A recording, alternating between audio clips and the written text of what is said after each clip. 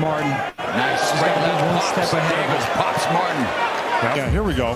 Here's Tank. This is the fight, slip and, a little, and this is how you over the top. Easy. take the But guy again, Martin who's just pressing let out you, that jab. the He's got much to get back stronger on the fighter. jab. Oh, there's the jab and the left follow-up You're left about to from. see how to I know take he does not any want to back. open up. He doesn't This want to is give what anything happens when you to don't know how to Davis. get But out of again, the he corner. has to keep him busy. Oh, there's Right now, a you're left about to hand learn another to the level of body and the boxing. right by Davis. Martin We're going to just show you avoiding that how to counter, get but out now of this Martin. situation. Basically, with understanding the 5 layers of defense, and at the exact same time, no more being bullied in the ring. We stopping it today.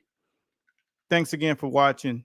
Coach Bradley is in the building, and what we're going to do is show you how to not get dominated in a fight like that by showing you how we merge the worlds of the peekaboo style, which is what Tank used, cover up the face, walk you down, pressure you back, and then bully you in the ring. I'm going to give you a couple of examples, and then I'm going to give you an insert from our Philly Shell training system that will give you more of a bird's eye view and not allow you to position yourself to get bullied in the boxing ring.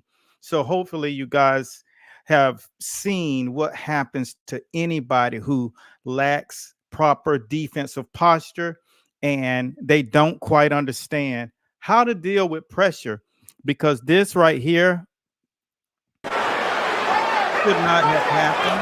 Davis misses with the lead When left you know what uppercut, but to then do.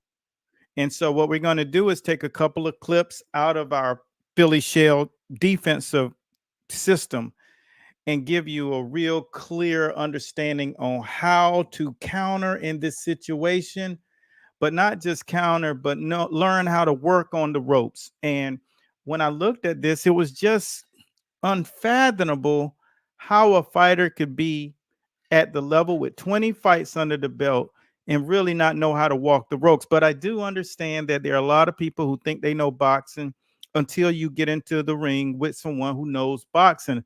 And like I said before, Tank is from the DMV, DC, Maryland, Virginia, if you don't know about it. And if you go up there, you're going to run across this place called Baltimore. And I don't know why they don't even say it by itself, Baltimore, because Baltimore is the epicenter of Killerville. When you go into Baltimore, which is where Tank is from, Keyshawn Davis, all these guys, there's a reason why these guys are being bred that way. Sweet Pea, who wasn't even a big puncher, was an absolute nightmare inside of the boxing ring. If you were in there against him, you felt it. You knew it. His maniacal ability to press you. And it was all because these guys learned from the George Bentons of the world. Matthew Saad Muhammad. You got the Dwight Muhammad Cowie, the Camden Buzzsaw, my coach and mentor, Coach Anthony Bradley. You got all of these guys, not to mention Joe Frazier in this bubble. Frank Randall, who knocked and beat up Chavez. He did it twice, but he had to do it twice for them to give it to him once. Look, there's a reason why you see this kind of a guy, the pedigree, the Lamont, the Peterson brothers, and the list is growing right now. Patrice Harris and those guys. Special shouts out to my brothers Patrice Harris and them up in Washington, D.C. Look, it's real, and I'm about to show you right now how first, when he's in this situation, follows up with another left he's hand. on the rope, and just is walking the rope. And that's not how you allow anyone to control you in the boxing ring. So this is typically an insert that I would teach and show in a film study with my school, those in the members in the school.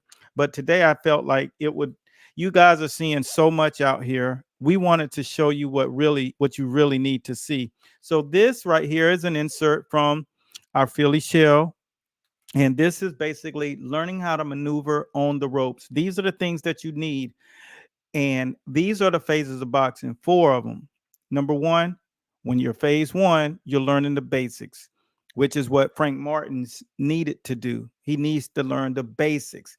And then advanced levels is number 2. And the advanced levels is where you learn how to sew things together and get out of more sticky situations and compiling different moves and creating the skill sets. That's what phase 2 is. But phase 3 is the unconventional styles of boxing. You break all the rules, squared up in a peekaboo, Philly shell, one arm down. You start doing things that are going to be required at the higher levels. And phase 4 is when you make this your own. This is what we call craft in boxing. And so if you don't know that, just like that, you are a long way from knowing boxing. So that's what I'm going to show you. So here's one chapter. Basically, be patient. I think we'll go about 3 minutes to 4 minutes, and you'll learn a lesson about knowing how to operate against the ropes. Okay, so one thing that we want to always teach our fighters whenever you're in competition is to understand how to get off the ropes after while punches are coming at you. So just say, for instance, if Rob was coming at me, throwing shots, I'm about to slide around him, coming off the ropes, using the ropes to slide over him, because my objective is, this is how you'll know it. Your shoulders on the outside of his shoulders, just like when you're fighting southpaw, you put your left foot on the outside of that guy's right foot. Well, in boxing and positioning, when you're on the ropes and the guy's coming, just make sure that you're lined up with his shoulder. So when he comes to press, you'll have the angle to get off the ropes. And if you want to move the other way, all you do is line that shoulder up and you rotate. And let me show you what that looks like. So just say he's coming my way, I had to just slightly turn to my right. He's coming forward. Just come right here so I can take this knee out as he looks round. He's coming here, and I want this way. He's coming here, I want that way. And the jab out. So you run that drill, coaches, over and over again, because it's a simple math equation. I'm here. Where he is, don't you be. And you have to get there before he gets too close, because this is what will happen if you don't time that drill right. And you're stuck, and he's welding shots on you, and it's a fraction of a second. It's timing. So you have to execute this. So if he's coming, boom. Walk it through in slow motion. This is how you do the drill. He's coming, step. Slightly move out the way. Step. Slightly move out the way. But you're in the shell, so go. And it is that simple. When your timing is right, this is what it looks like when the timing is not right. Go. You've probably been this guy before. Stuck, look, coming out, look, my head forward out straight, you get from to the left foot. Bangs, that's where you line up over the top. And then the head's coming out straight. You've been that guy before. So, timing is everything. When he's coming, be behind your shell, step around, and get with that angle. Look left, look right, slide out. 1/100th of a second will be the difference in that drill working and you being smashed into the ropes. All right? All right, guys. So that's phase 1. Now, you saw how it only takes us 100th of a second to not get out of that situation. You can get there and you can get pinned just by being too hesitant, being so slow and taking action. And that's what happens when you're not doing muscle memory training. You're not comfortable in that zone. The thing about it is some people do it until they get it right. But at this level, you have to do it until you can't get it wrong. And that's where you're finding guys that you thought were good, and they are not as good as you thought they were. And when you are running into that, the next clip I'm going to show you is what happened when he got on the ropes. And the reason why he couldn't throw punches because he didn't understand how to counter punch. See, these things are going to be the reason that you don't make it to that next phase. You know what I'm saying? So it's so important that you take the understanding of the levels in boxing and take it serious, because you don't get a second chance to make a first impression in boxing, right? So here's what he did when he See got body knocked work down. from Martin. I want to see that left to the body. You see how he's stuck right here? He doesn't even understand what to do. The only thing he's doing is taking punishment left uppercut. because he wasn't comfortable enough to do anything else. And so that's where this next section shows you how to be in the pocket and see everything clearly. But if you do it just like in the last video clip, if you don't show in that moment what's real, you're going to get peeled back. So Foundation starts right here. People think it starts with the shell. I know.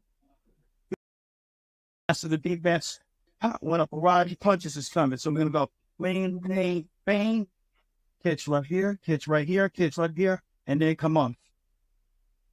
Good. Let's do that again. You come on. Well, bang, bang. I know. Good. Now we're building on a cycle. How do you build on a cycle? One combination behind the next. Counter from here, counter from here, counter from here, counter from here, and the uppercuts as well. This is how you build your cycles up. They have that masterful mitt work. Go here, pop, pop, pop. What? And then I'm going to come. I'm going to start with the right, left, right. You come here. Good. Just like that again. Start right, left, yeah. Good.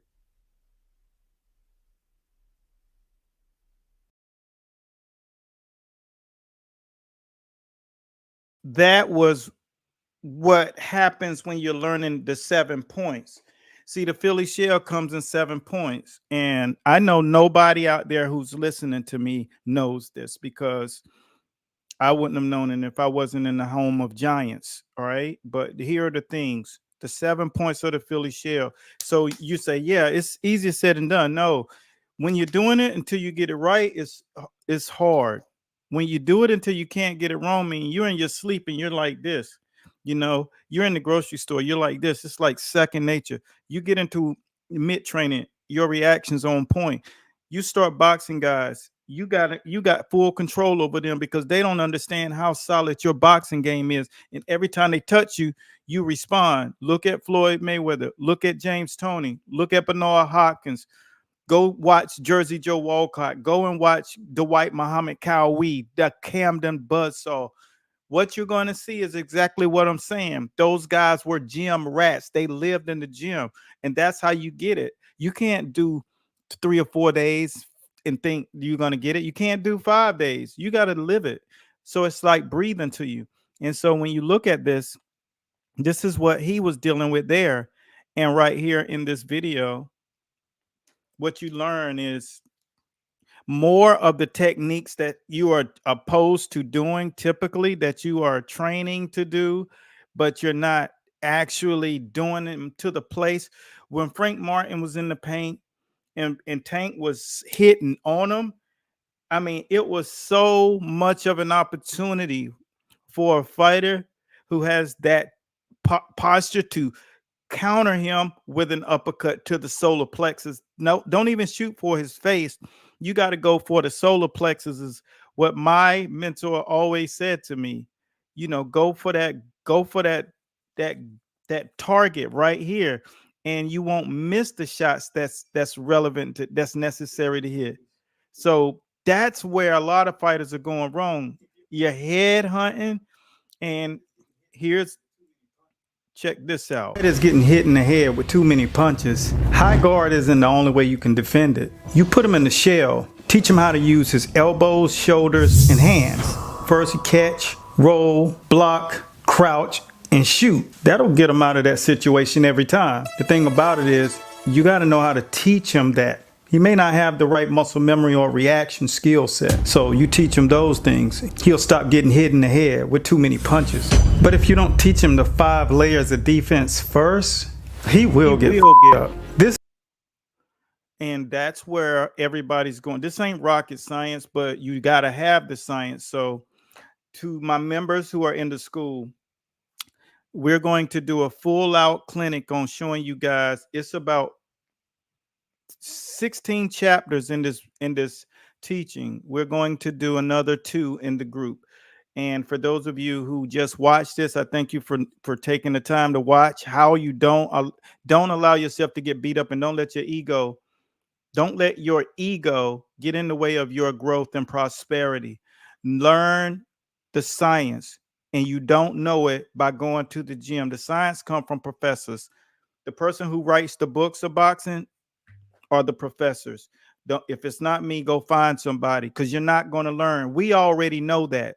You can't watch enough Instagram, and there's not enough YouTube channels for you to learn the effervescence of what you don't know, and you will not get your hands on it. So if you really are trying to learn boxing, take 1 second and think about how serious are you about it. And if you're dead serious, we've made it kind of easy for you today. You can type the word legend if you're on Instagram or if you're on Facebook. If you're not, then you have to go up to the website masterboxingllc.com to get access to that video series with, I guess, 16 chapters of how to do the Philly shell. And then you will learn more about how can I do it like the guys who were great. Because if you're not trying to do it great, don't do it. We don't need that around boxing, because the only thing that's going to happen is you're going to run up against a guy who bought into our training system, and you're going to look like Frank Martin did. Don't be that guy. We don't need anybody getting knocked out for a deficiency. Oxygen, not knowing how much to work out, not knowing when to cut it off, not knowing when to stop building so much muscle, and understand when to build slow twitch muscle. And when anyone who does the legend, we're going to give you the training regimen that you actually need to do in order to develop more slow twitch muscle, not all of that fast twitch muscle that sucks all the oxygen out. Hence is one of the main reasons that Frank Martin couldn't defend himself later in the fight, because his body was depleted, because all of that sweet looking muscle sucks all the oxygen out. You look good on a magazine, but it's not good for the boxing ring. That's all I got for right now. If you guys want to join our community, we made it kind of easy to do, where you can ask questions and learn about real boxing, real grassroots boxing type school, and visit us and let us know exactly what is it that you really want to do in the sport of boxing. Are you a fan? Do you teach boxing? Or are you actually a fighter who uses boxing? That's what we want to know. Until next time, stay tuned. Like I said, this will be in the Instagram subscription portal. And all of you guys, just understand, man, this game ain't about playing. This is boxing. You don't want your head to get flown, because you will get up. Type legend, and I'll see you in a winner's circle. Peace.